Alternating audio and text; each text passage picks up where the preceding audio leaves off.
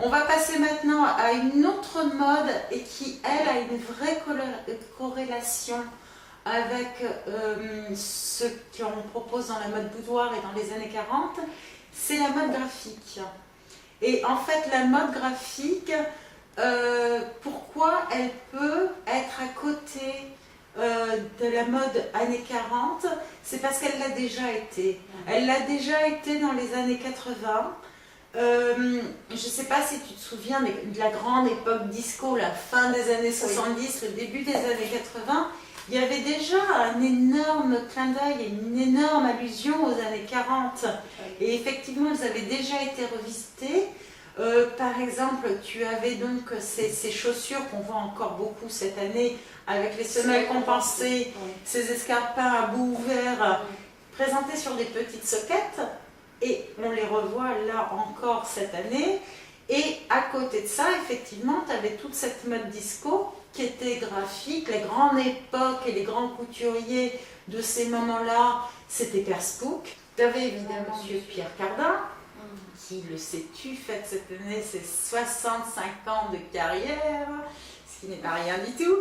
Et tu avais aussi Jean-Louis Scherrer, qui était très très fort dans ce courant-là. Et donc aujourd'hui, alors moi je suis ravie parce que c'était une marque qui quasiment s'endormait depuis très très longtemps. C'est le grand retour avec cette mode-là. De Balmain. Et donc c'est Christophe de Kernin qui depuis 2 ans est au style chez Balmain. Lui en fait c'est un transfuge de chez Paco Rabanne.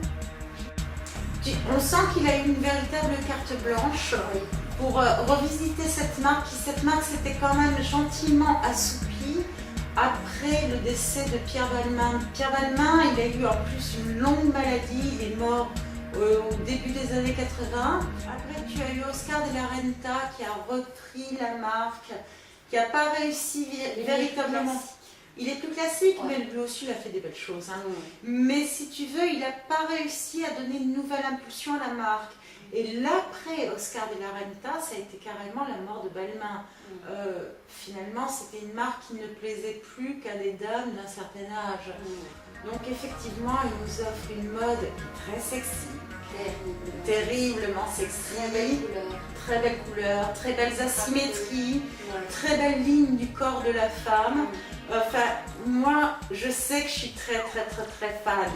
Mais tu vois, si lui a retrouvé donc cette mode dite graphique de cette fin des années 70, du début des années 80, il n'est pas le seul. Et tu la revois, tu la vois donc mise côte à côte avec la mode boudoir chez Jean-Paul Gaultier. Et Jean-Paul Gaultier, effectivement, il revisite parfaitement bien les codes, avec des imprimés graphiques très jolis, avec des combinaisons, tu sais, les combinaisons en soie d'une pièce avec des ceinturés. C'est vrai que c'est très très beau, très féminin, très fluide et très estival quelque part. Mais un autre qui le fait très bien aussi, c'est Albert Elbaz. L'an 20 bien sûr. Et si tu veux, Albert Elbaz, moi parfois je l'ai trouvé assez timide dans ses propositions, alors que là je le trouve très très percutant. Il est pile poil dans la tendance, je pense qu'il est à l'aise dans ce type de mode, et par conséquent lui aussi nous offre une femme qui est féminine, qui est sexy, peut-être plus abordable que la femme Balmain qui est très très sexy. Peut-être que la différence de la proposition d'Albert Elbaz pour l'an 20 par rapport à Balmain, c'est que finalement il va peut-être lui habiller un plus grand nombre de femmes dans cette proposition, puisqu'elle est sans doute plus portable par toutes. Les deux sont beaux, il n'y a vraiment rien à dire. Et une autre marque qui fait des choses très intéressantes dans le même courant, c'est Givenchy. Et en fait, ce courant graphique, tu le retrouves aussi chez Armani. Armani, lui, il a décliné d'une manière plus géométrique, en fait. C'est très strict. Alors, sinon, il faut que je te parle d'une autre marque qui a été extrêmement critiquée par toutes les papesses de la mode. Et honnêtement, c'est pas stylé. Et je parle d'Ungaro. Parce que Emmanuel Ungaro a fait un pari très très risqué en confiant à Lindsay Lohan la direction artistique de cette ligne, en disant nous, la femme qu'on habille aujourd'hui, bah, finalement c'est laissé. Voilà. C'est son image. C'est son image.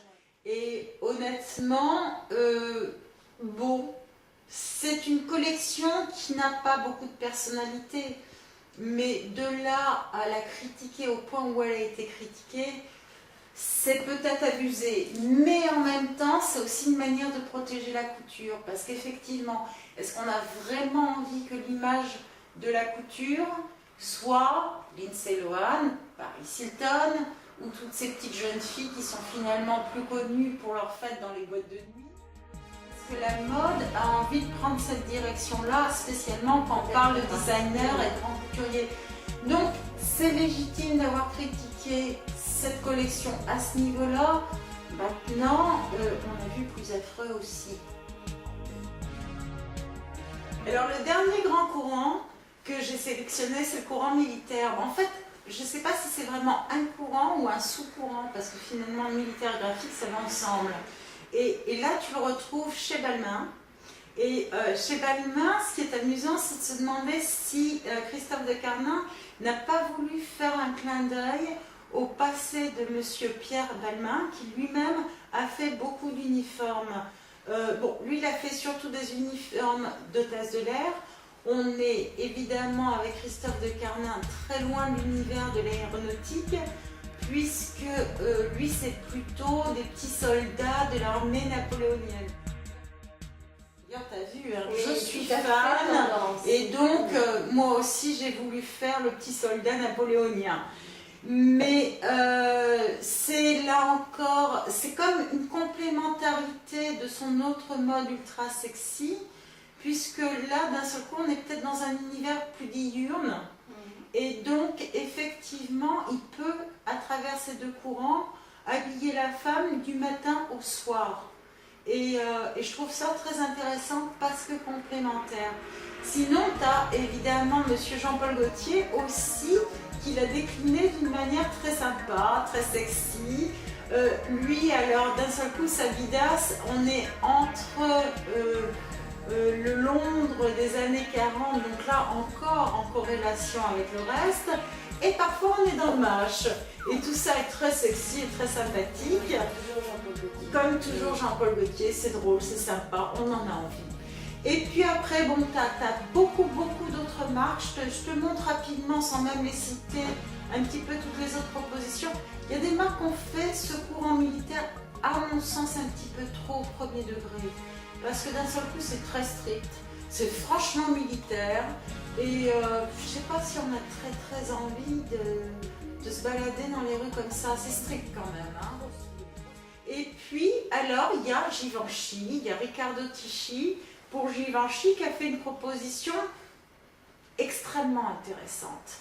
Parce que c'est en complémentarité directe avec tout ce qu'il a proposé dans la mode graphique.